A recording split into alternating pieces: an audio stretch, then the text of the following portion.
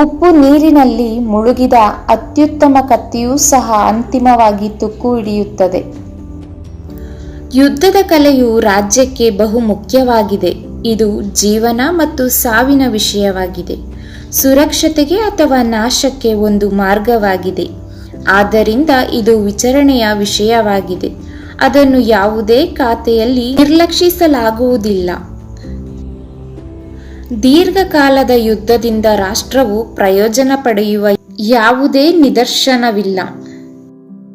ಹೋರಾಟ ಮಾಡಲು ಬಯಸುವವರು ಮೊದಲು ವೆಚ್ಚವನ್ನು ಎಣಿಸಬೇಕು.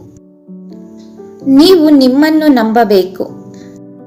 ನಿಮ್ಮ ಎದುರಾಳಿಯನ್ನು ಹಿಮ್ಮೆಟ್ಟಿಸಲು ಚಿನ್ನದ ಸೇತುವೆಯನ್ನು ನಿರ್ಮಿಸಿ. ಅದನ್ನು ಮಾಡಲು ಸಾಧ್ಯವಾಗದೆ ವಶಪಡಿಸಿಕೊಳ್ಳುವುದು ಹೇಗೆ ಎಂದು ಒಬ್ಬರು ತಿಳಿದಿರಬಹುದು.